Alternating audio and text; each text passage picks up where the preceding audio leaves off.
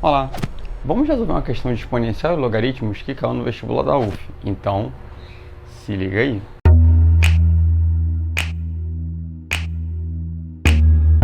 Então, lendo a questão aqui do vestibular da UF, nós temos: ao se ligar a chave S do circuito RC, representado na figura a seguir, a intensidade de corrente I, que percorre o circuito, é dada pela equação I é igual a 5 vezes E elevado a menos T sobre 2.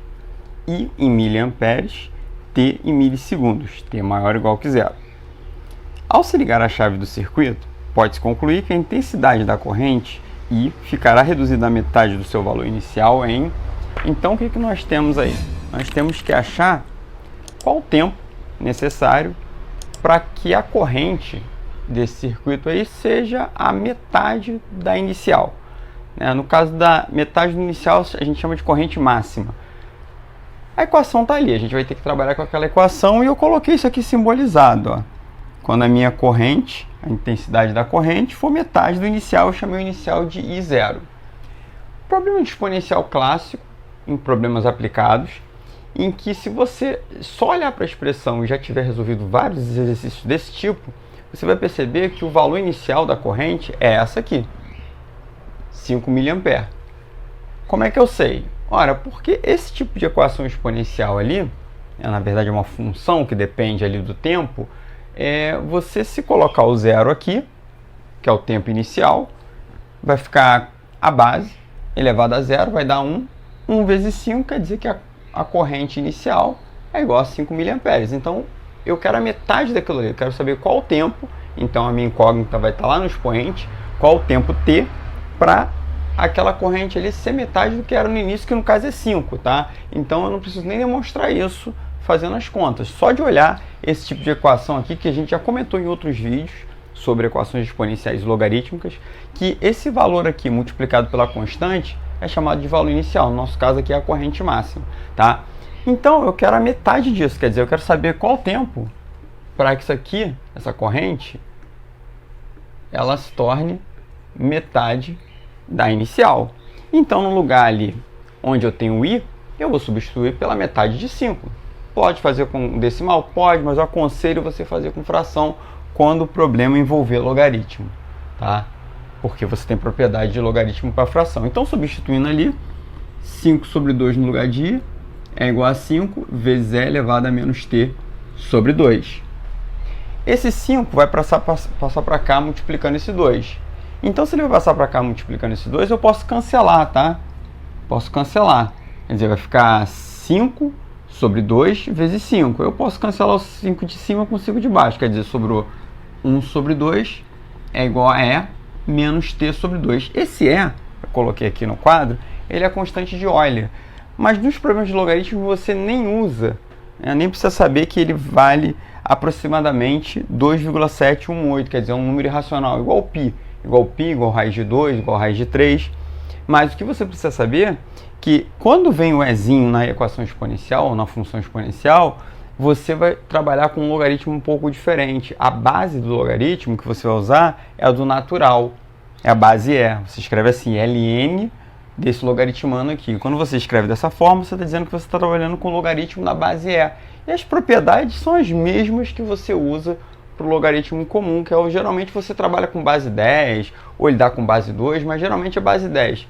Aqui é um logaritmo com uma base específica e você não precisa nem saber dessa constante para resolver o problema, e você vai perceber isso enquanto nós estivermos resolvendo o problema. Então, continuando as contas, olha só, eu cheguei à situação em que eu não consigo igualar aquelas bases. Então, é a ferramenta logaritmo que resolve isso. Eu vou fazer algumas alterações aqui. Como eu não vou trabalhar com fração, eu vou jogar esse 2 aqui para cima e aí ele vai ficar com expoente negativo. O expoente dele é 1. Essa propriedade aqui, ó, eu tenho isso e eu vou jogar o 2 para cima e ele vai ficar com expoente negativo, tá? Então eu tenho 2 elevado a menos 1 é igual a E elevado a menos T sobre 2. Por que eu fiz isso? Porque eu não estou trabalhando com fração. E eu já vi do outro lado também tem um expoente negativo, então isso vai me favorecer no final das contas. O que eu vou fazer agora? Eu vou aplicar o logaritmo dos dois lados, tá? Então, quando você aplica o logaritmo dos dois lados, como é que vai ficar aquela expressão ali? Vira ln, já que eu vou estar usando logaritmo na base E, por causa das minhas opções aqui, porque tem um Ezinho, ln de 2 elevado a menos 1 é igual a ln de E elevado a menos t sobre 2. Tá? E agora eu vou começar a resolver aquele logaritmo ali através das propriedades.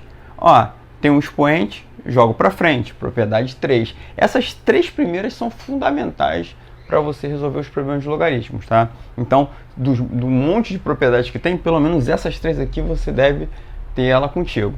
Então, isso vai para frente. Ele não me deu o ln de 2 para substituir. De tanto você fazer, você até sabe que isso aí vai ser aproximadamente 0,6993, mas você não precisa dessa informação. Você vai estar vendo aqui que a sua resposta tem respostas em logaritmos sem eles estarem calculados. Você não precisa saber. E se tiver que substituir, ele tem que te fornecer. Então, isso aqui fica menos 1 ln de 2. A mesma coisa aqui, o expoente vai para frente. Menos t sobre 2 ln de E. Bom, isso aqui eu não tenho mais o que fazer, já que eu não tenho como substituir aquele ln de 2. Mas do lado de cá, ó, esse logaritmando aqui, que é o E, é igual a base. E aí, quando eu tenho logaritmando igual a base, ó, o que acontece? Vai dar 1. Porque qual é a pergunta que está sendo feita aqui? Qual o número que eu tenho que elevar essa base para dar-la própria? 1.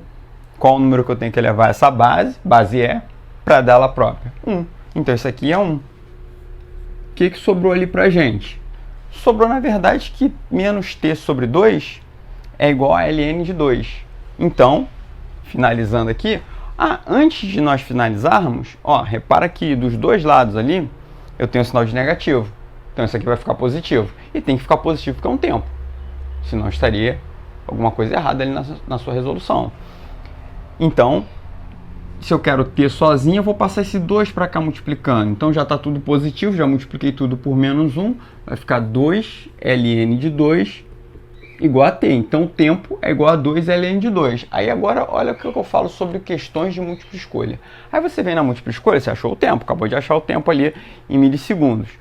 E você não tem 2 ln de 2 como resposta para o tempo. Aí, você pode pensar que essa resposta aqui você errou em alguma coisa. Não é isso. Aquilo ali pode ser modificado ainda.